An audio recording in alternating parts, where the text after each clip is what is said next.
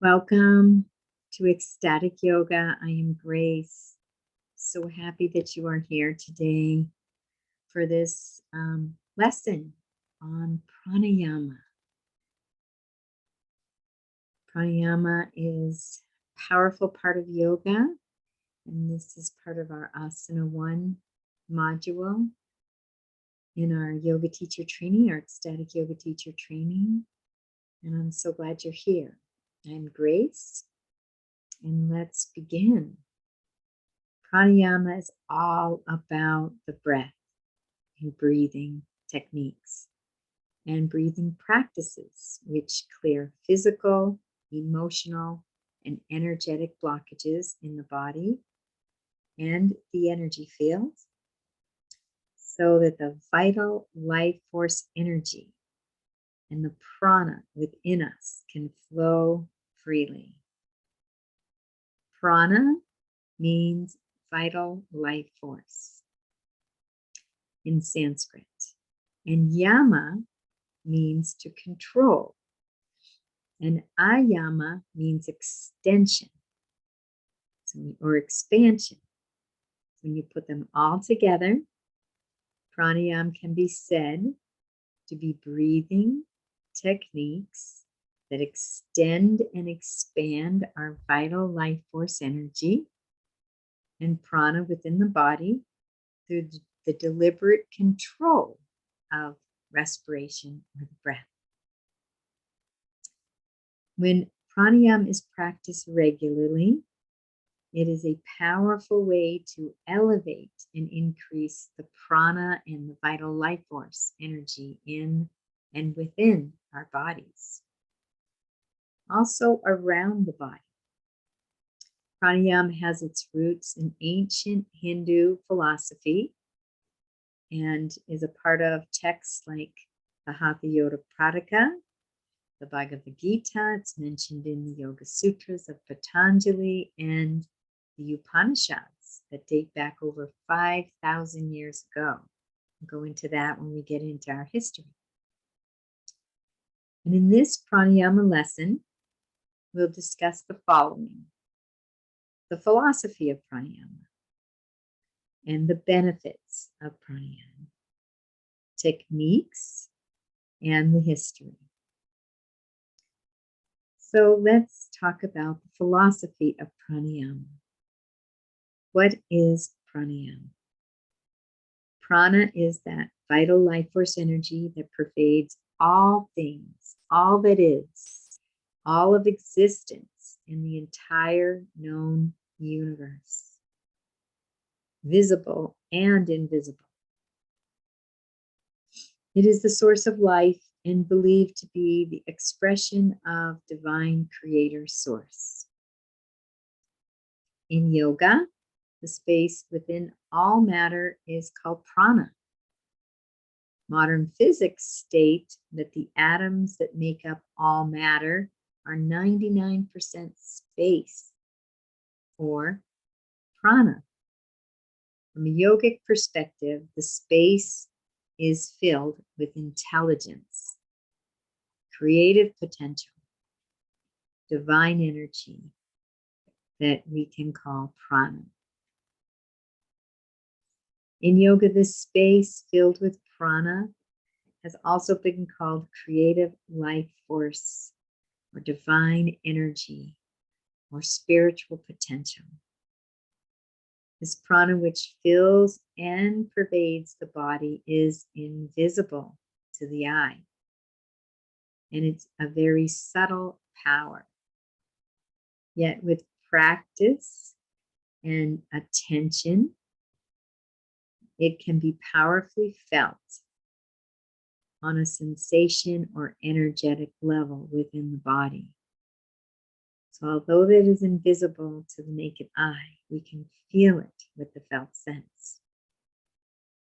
Prana can be experienced within the body as subtle energetic sensations, like pulsations, vibrations, trembling, energy moving, flowing, coolness or warmth within the body. When prana intensifies and opens up within the body, a sense of bliss or euphoria it naturally arises. When the body is flooded with prana, an experience of rapture occurs spontaneously. Pranayama is a system of breathing techniques. Techniques that are developed for yoga students to use to activate and build universal life force energy known as prana for balance, vitality, peace of mind, joyfulness, creativity, and vibrant mind, body, spirit connection. In short, living an ecstatic life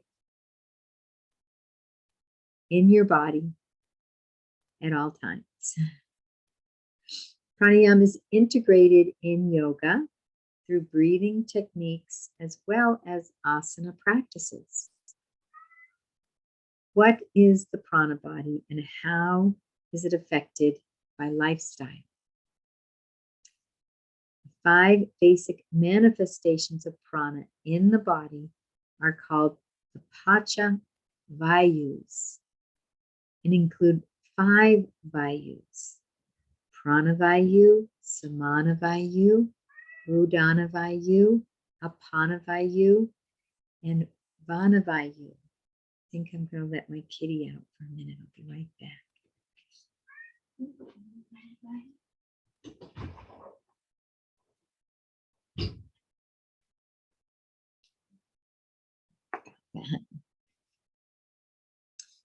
So let's go over these Pachavayus. Udanavayu is a vital life force centered in the throat and the head, and it allows for thought, communication, singing, and making sounds. I'm going to turn this phone on airplane mode so we don't hear it again.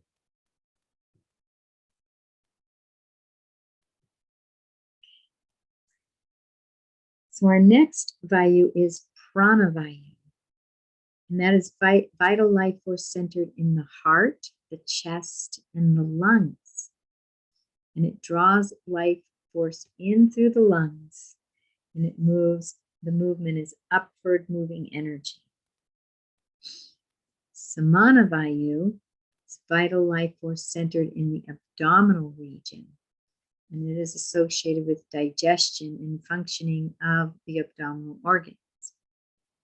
It is a balance point between Pranavayu and Apanavayu. And its movement is in towards the abdomen on our exhale, and expansion in towards the abdomen, and it, on the inhale, and then expansion in all directions on the exhale. Apanavayu is a vital life force centered in the lower half of the body. It is associated with the exhalation, elimination, and reproduction. And the movement is deep down flowing movement on the exhale. The Vayana Vayu is vital life force energy that pervades the entire body, especially the limbs. It is associated with the nervous system. And the movement is in towards the center of the body on the inhale and outward towards the extremities on the exhale. Prana is the fundamental energy or life force that animates and sustains our bodies, all life, and pervades all of existence. It is the source of all life, often referred to as divine spiritual energy. In yoga, when prana opens in the body, we can experience bliss or euphoria. And when this bliss floods the body, we experience expanded state of your bliss and rapture, euphoria. And by removing thought disturbances within the mind, as well as the tensions within the body, we are able to reveal our true nature and awaken the natural state of rapture within. We can practice increasing and balancing the prana and life force in our bodies with pranayama techniques. This allows prana and life force energy to flow vibrantly and naturally in and through our body. It is great news to open the floodgates of our energy bodies. Pranayama is universal and can be used young and old, people of all walks of life, for the purpose of channeling and expanding the life force energy and vitality in and through and around the body. We can do this through these simple breathing techniques that have been practiced for thousands of years and are responsible for many human awakenings. According to yoga, the natural innate state of bliss within us all is awakened through the practice of awakening the light body through pranayama, combined with the unlimited potential of our subtle bodies and absolute connection and oneness with the infinite creative source of our understanding and of all that is. In yoga, the breath is the activator for prana in the body. It is a powerful tool that can control and manipulate prana and energy throughout the body.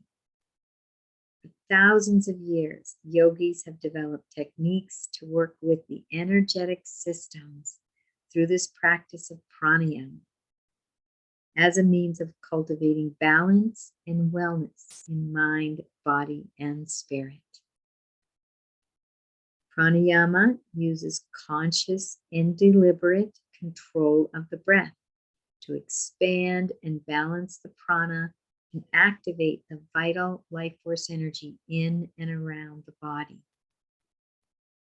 The prana body is a complex system, a network of energy unseen by the naked eye, however studied for thousands of years.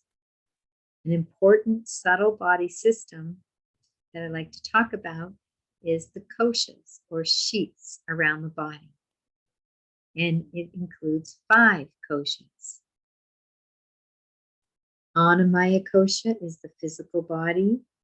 Pranamaya kosha is the vital energy body. Manamaya kosha is the mental and emotional body. Vijnanamaya kosha is the wisdom body. And Anandamaya kosha is the bliss body. The subtle body kosha, called pranayama kosha, or vital life force energy body, includes channels of energy, also meridians, vortexes called chakras, pathways called nadis, locks called bandhas, and seals called mudras.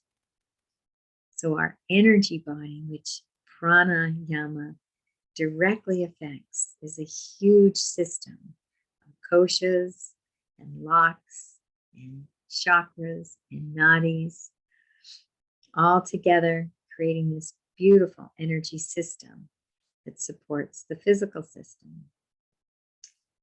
Experiences in life can cause stagnation in our system and our energy body, whereby this vital life force energy becomes blocked.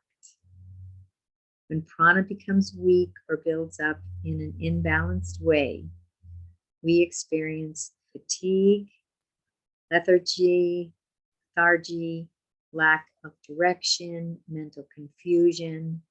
And this may be experienced as a general feeling of low energy, but is also known to be the root cause of disease, and this energy body gets stuck and blocked.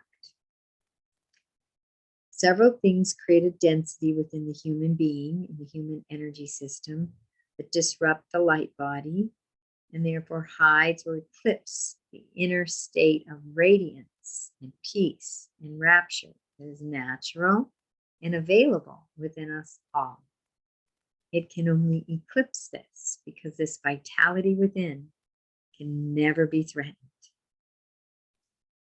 Some things that disrupt the light body are low vibrational or fear-based thinking, conditioning. The prana body can get sick due to inactivity, unhealthy lifestyle, negative emotions such as anger and resentment, an overload of technology, dead or toxic foods, high EMFs, toxic environment, toxic thoughts, and emotional and chemical toxicity, malnutrition, uninspiring work, negative thinking, victim mentality, scarcity consciousness, guilt, shame, fear, and unforgiveness. Unhealthy or negative thinking and lifestyle habits create blockages and disruption in the prana body, and we no longer are aware of the infinite love's presence within us all. The pure light of consciousness, which we all are, is lost due to core belief systems of separation and fear, which many of these imbalances stem from. Yoga is a oneness theology. It teaches that we are separated from our true divine nature due to the illusionary disturbances of the mind only. And then in truth, we can never be disconnected from our source. In Patanjali's Yoga Sutra 2, it states, the restraint of modifications of the mind stuff, is yoga. Patanjali states, if you can control, quote, if you can control the rising of the mind into ripples, you will experience yoga. So we're going to control the mind and calm those ripples and create an interior space of peace and connection. Yoga is an ancient system of healing. The illusion of separation and all the fear-based reactions and compensations for this falsity that deaden the human spirit and physical body are healed and removed through yoga practices, and pranayama is one of them. Once the veils of ignorance are lifted, the disturbance of the minds are quieted, and in silent stillness, and the energetic and physical bodies begin to heal. We discover our true nature that has never changed, that has always been there for us. It is like buffing up all the dirt off a precious stone so that its true radiance can shine. Pranayama is a perfect buffer. Within you is a brilliant, radiant gem. Nothing can alter it, but thoughts can eclipse it and make it appear that it's not there. Pranayama is part of Patanjali's eight limbs of yoga, Ashtanga system, called the 8 limbs. Pranayama is the 4th step in Patanjali's Yoga Sutras on the path to samadhi or enlightenment. On this path, we travel from the yamas, to the yamas and niyamas, to asana, to is body awareness, then pranayama, breath control and awareness. And following pranayama is pratyahara, withdrawal of the senses and bringing the awareness to the inner subtle felt sense, subtle body. Dhyana, which is concentration, and dhyana, which is meditation, leading us to the final and ultimate limb, that ultimate state called samadhi, enlightenment, basking in the bliss body. Why a daily pranayama practice? We suggest a daily pranayama practice as a part of your asana or as a separate practice, creating it as a committed practice. When we take care of our prana and life force within and around our bodies through pranayama, when we practice regularly and tune up and energize all the subtle energy systems of the body through pranayama, breath control, we begin to live a healthy lifestyle. We create peace of mind and vibrant health and well-being on all levels, and naturally live a life of joy, vitality, and peace. Our breathing patterns are also very closely linked to our environmental states. Often when we are emotionally out of balance, our breathing will be out of balance. However, we can calm or energize ourselves by changing our breathing pattern. Pranayama practice is a powerful practice to balance and elevate our emotional states.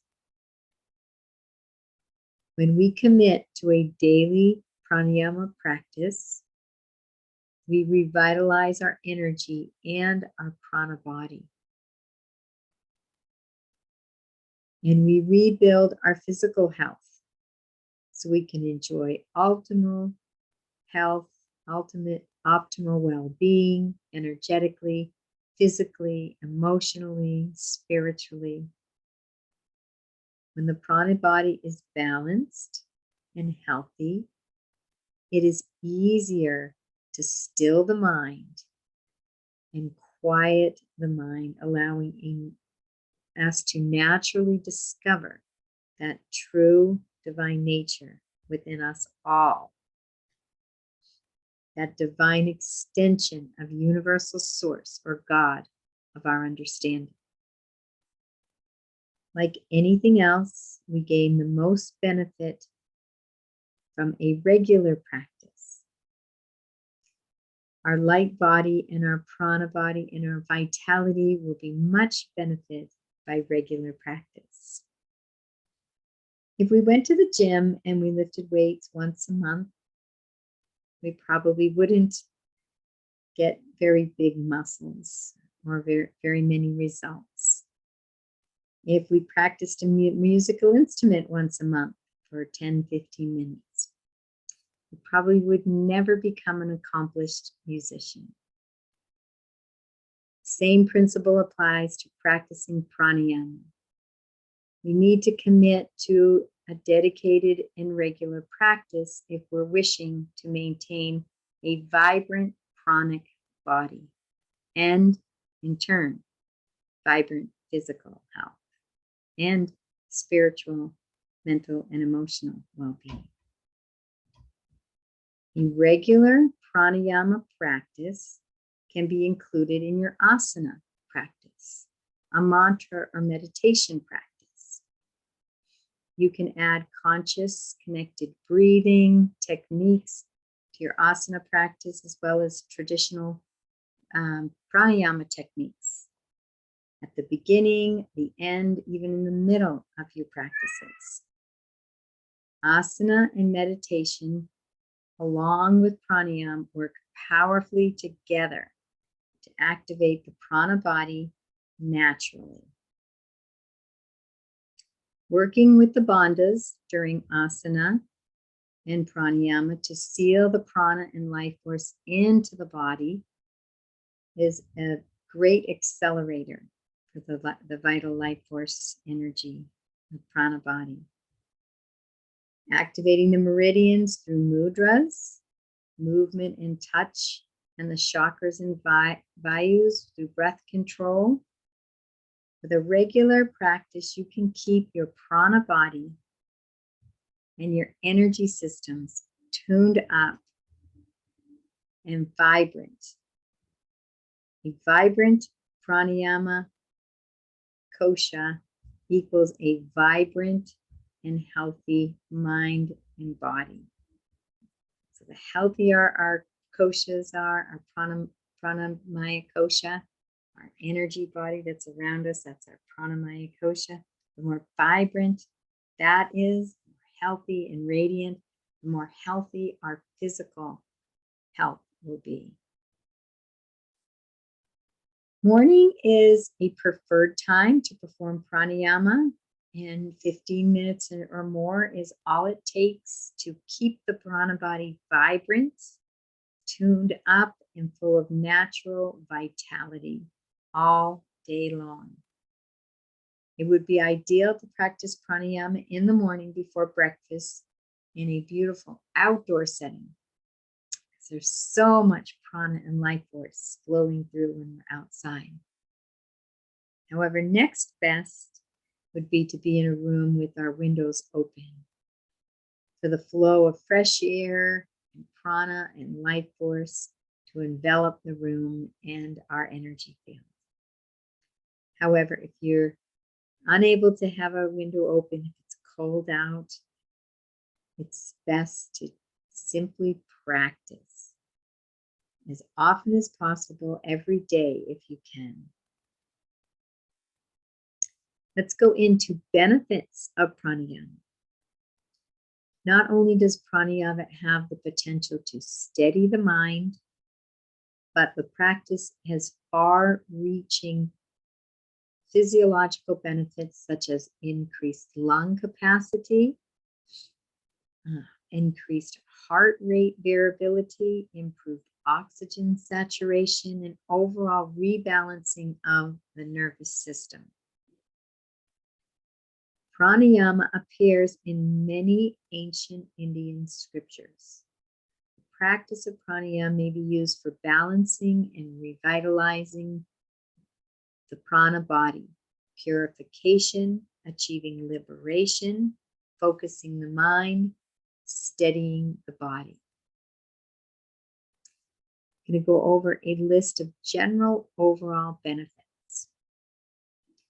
Improves blood circulation. Keeps, these are general benefits. Keeps away heart-related problems. These are general physical benefits. Provides relaxation for body and mind. Improves your concentration. Relieves stress, depression, and hypertension. These are general benefits. Cures asthma, headaches, migraines, neurological problems, depression, gastric problems. Improves blood circulation. Relieves anxiety. Improves the function of the reproductive organs. Releases stress and depression. Builds up self-confidence.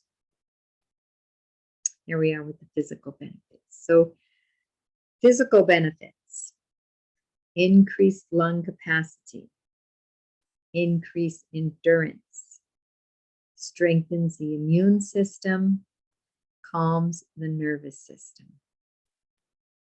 Mental benefits: enhances the ability to concentrate and focus, increases mental clarity, organizes thought processes, increases positive thinking.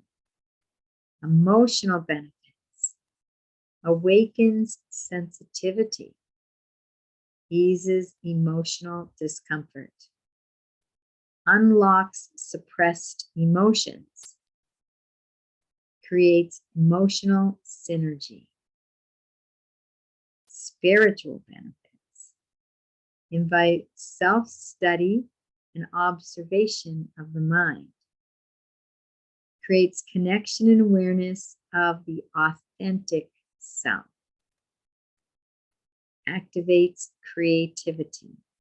These are all such great benefits. Harmonizes all aspects of the being, body, mind, and spirit. Awakens the state of bliss and rapture. And prana body benefits. Balances the 5 basic manifestations of prana in the body, the Pachavayus, Antavayus, balances and revitalizes the nadi system, major nadis being the Ida and Pingali and the Sushumna nadi. Brings balance and restoration to the meridian system, brings balance and revitalization to the chakras, the chakra system, brings balance and vitality to all the koshas, all of them, all 5 koshas. Some general contraindications. Certain kinds of pranayama are not recommended if you have your period, if you are pregnant, or have digestive problems, because they involve abdominal contractions with an upward motion. That would probably be our Kapalabhati, Vastrika. Pranayama with fast rhythms or breath retention should not be practiced if you have asthma, heart disease, hypertension, or are pregnant. This is not a complete list of precautions. There are specific precautions and contraindications for each pranayama we'll go over in our analytics class. And if you have a specific health condition, please speak with your health professional before practicing. So let's get into the techniques, pranayama techniques. We will go into detail and practice pranayama techniques in our analytics pranayama class. Now, for this lesson, we are simply in discussion about the basics of the techniques and traditional pranayama techniques.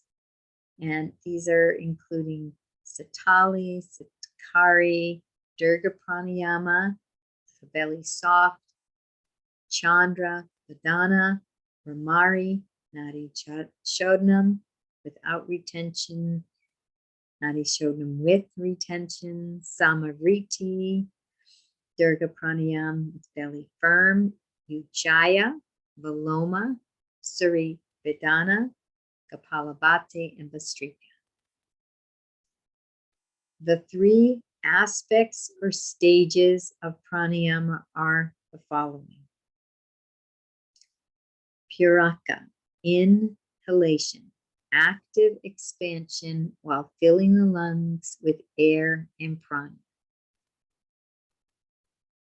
Rishaka, exhalation, emptying the lungs of air and prana.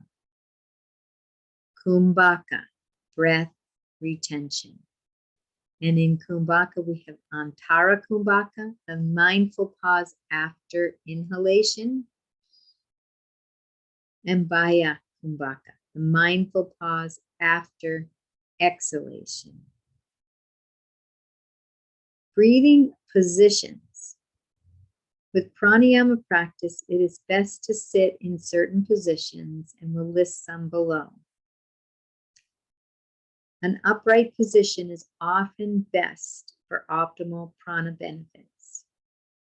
When the spine is long and straight, this assists the Sushumna Nadi, the great river, to generate the energetic flow up the core of the spinal column. The idea is for the breath to be smooth and even and not strained after breath retention. Some pranayams, such as Kapalabhati pranayamas, the skull shining breath, are energizing and detoxing with a fast rhythm and strong abdominal contractions to expel the breath. Others are balancing or relaxing, like Nadi Shodhana, alternate nostril breathing, or Samavriti, equal breathing, where inhalations and exhalations are in equal length.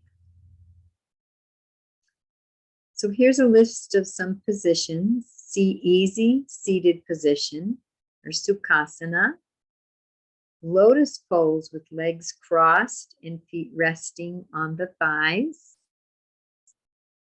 Hero pose, or Virasana, seated on the calves. Staff pose, or Dandasana, seated with legs outstretched in front. Seated comfortably in a chair with a straight spine. Or supine, laying on the back with a straight spine. One of my personal favorites. So let's list some of these traditional techniques. We mentioned them before, but we'll go into a little more depth. The pranayama practices go from langhana, cooling, to brahmana, vitalizing. So langhana, cooling, is to reduce. And there are practices that slow down the metabolism. They're calming and relaxing to the nervous system.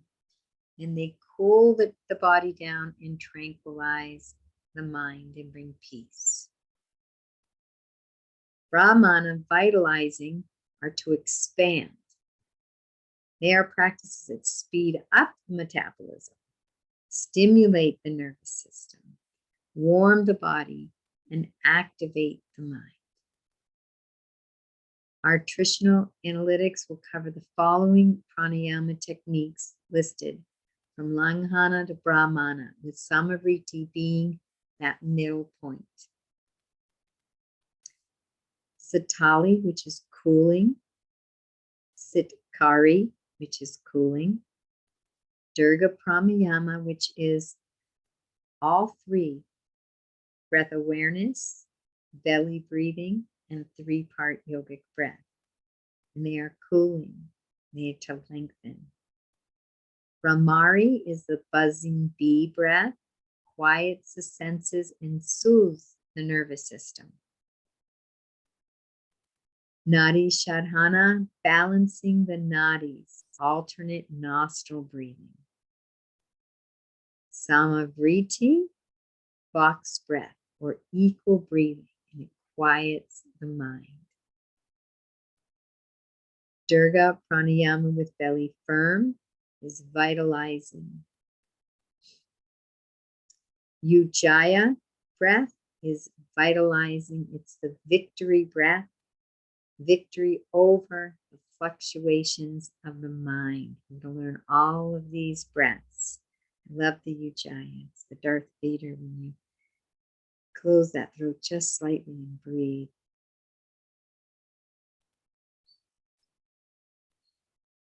It makes that Darth Vader sound and gives you a focus during your pranayama. Keeps your mind focused. Viloma is vitalizing against the current, increases the breath and vital capacity. Kapalabhati, vitalizing.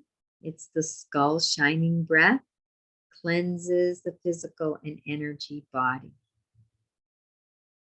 Vastrika is vitalizing, the bellows breath, increases airflow and heat in the body.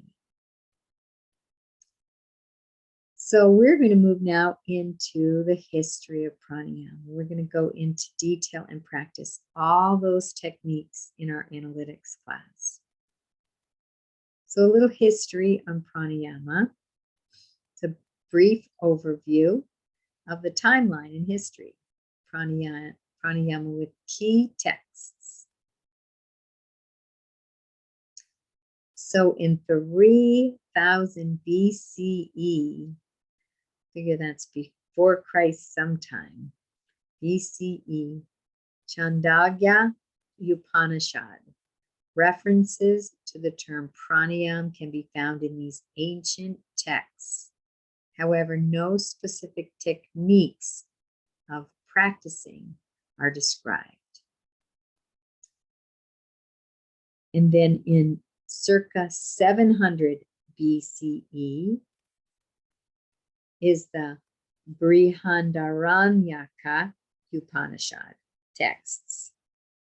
And this is when the very first pranayama practice that links breathing practices to the regulation of vital life force energy in the body are addressed.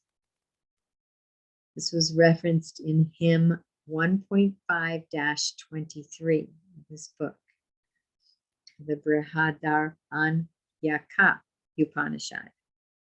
Quote, one should indeed breathe in, arise, but one should also breathe out without setting, while saying, let not the misery that is dying reach me. When one would practice that breathing, one should rather desire to thoroughly realize that immortality is our natural state. It is rather through the realization that he wins a union with the divinity of breath that is a sharing of worlds, unquote. No additional guidelines for pranayama practice are given in this Upanishad. However, the idea that breathing could be used to achieve greater health and even immortality is a theme that is often repeated in subsequent yogic texts and teachings. The Bhagavad Gita, circa 5th century to 2nd century BCE. References to pranayama practices can be found in the Bhagavad Gita. Chapter 4, verse 29 references pranayama practices, mentioning the use of conscious inhaling, exhaling, and breath retention to affect trance-like states. Later in the text, it also suggests that the regular practice of pranayama can be used to enact greater control over the senses by, quote, curtailing the eating process, unquote. And now we're going a little earlier, but it's circa 4th century BCE. Is the Maitreya Upanishad texts. Maitreya Upanishad is the first written text in history to reference pranayama as part of a 6-limb system that is very close to Patanjali's 8 limbs of yoga. That is centuries later, is Patanjali's centuries later.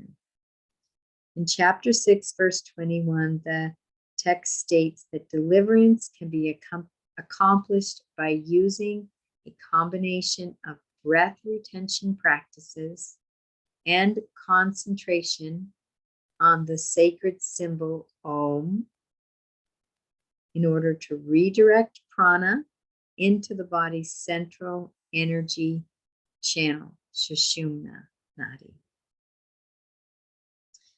And circa 100 to 400 CE is when Patanjali's Yoga Sutras came to the world and arose. The Yoga Sutras of Patanjali are a combination of texts from prior texts in yoga traditions. And in Patanjali's Yoga Sutras, the 6-limb system introduced in the Maitreya Upanishad had evolved into an 8-limb system. that we know today. And that is the 8 limbs are the yamas, the niyamas. They are social and ethical precepts. 3 is asana, the physical body, physical postures. Pranayama, breath techniques, energy body, breath awareness. Pratyahara, sense withdrawal, inner awareness. Dhyana, which is concentration. Dhyana, which is meditation. And samadhi, the 8th limb, which is bliss. And we learn a lot about samadhi in this course. And we practice it more. Learning about it is one thing. Practicing it is a whole different game. In verses 2.29 to 2.53 of Patanjali's sutras, it details 4 aspects of breath: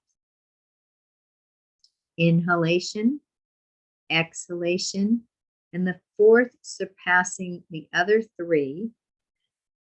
Got 3 here, and kumbhaka being so we have inhalation, exhalation, we have kumbhaka, which is breath retention. And the 4th is beyond and underneath all the inhalations and the exhalations and all the transitions between them. So some quotes from Patanjali. 4th ring is pranayama. The 4th ring of the 8 rungs, this is 2.29, the sutras of yoga, is pranayama, which is regulating the breath so as to make it slow and subtle. 2.50, leading to the experience of the steady flow of energy, or prana, which is beyond and underneath exhalation, inhalations, kumbhaka, and the transitions between them. 2.51. In the Patanjali's Yoga Sutras, we have at 2.50 the 4th pranayama. The 4th pranayama is the continuous prana which surpasses, is beyond and behind all the others. We did talk about that. Another quote from the sutras, Patanjali's Yoga Sutras: thinning of the veil of karma. The experience and repeated practice of this 4th pranayama thins the veil of karma, which usually clouds the inner light, allowing that to come shining through. So by practicing our pranayama, we can clear karma, we can clear heavy energies, anything blocking the brilliant, infinitely brilliant light within us, so it can shine through. Next quote is: posture is the prerequisite. To successfully practice and attain the full benefits of breath control and pranayama, it is necessary to be built on the solid foundation of a steady and comfortable sitting position. 2.46 to 2.48 in the sutras. And another quote: pranayama is preparation for concentration. Through these practices and processes of pranayama, the mind acquires or develops the fitness, qualification, or capacity for concentration, dhyana, which is the 6th rung. Patanjali mentions a number of benefits from the practice of pranayama, including mental fitness and the ability to concentrate, a prerequisite to deep states of yogic practice. And the Hatha Yoga Pradika in circa 1500 CE. So just new stuff. Many scholars connect the founding of Hatha Yoga movement to Mahasiddha Nath, 10th and 15th century CE, who is known as the founding father of Hatha Yoga.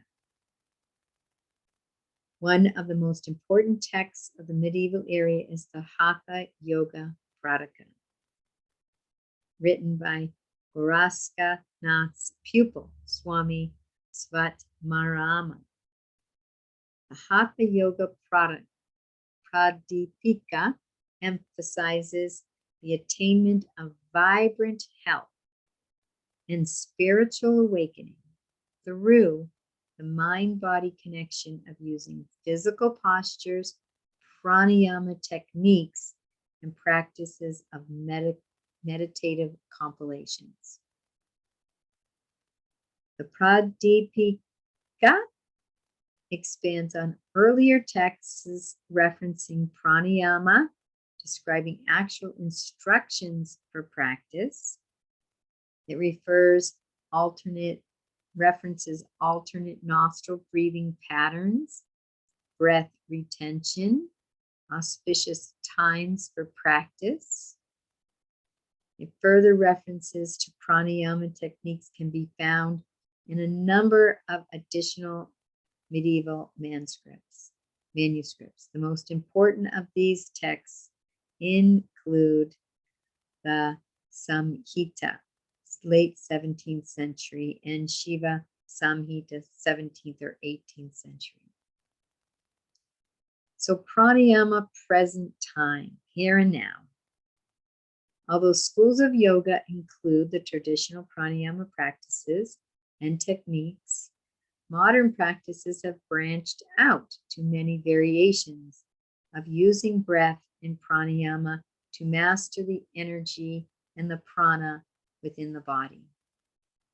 And in ecstatic yoga, we will go over the traditional pranayamas, and we will be sharing with you many new pranayamas.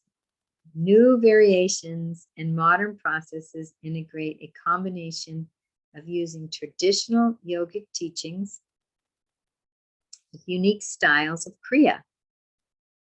A notable example of this new approach to pranayama practice can be found in the book Light on Pranayama by the late B.K.S. Iyengar, a seminal text on modern-day pranayama practice. Iyengar's book is a must-read for any student with an interest in the history of pranayama. Static yoga teaches the traditional practices in our detailed analytics directory with many unique transformative pranayama practices and ecstatic breath practices to create sacred embodiment and deeper connection to the physical body temple and the energetic bodies to connect us to our inner divine presence. Thank you so much for joining me for this pranayama class. And please go and check out the pranayama analytics so you can learn the traditional pranayamas and some new pranayams, ecstatic breath pranayamas. Thank you for being here. Namaste, and wishing you a most beautiful and most blessed day.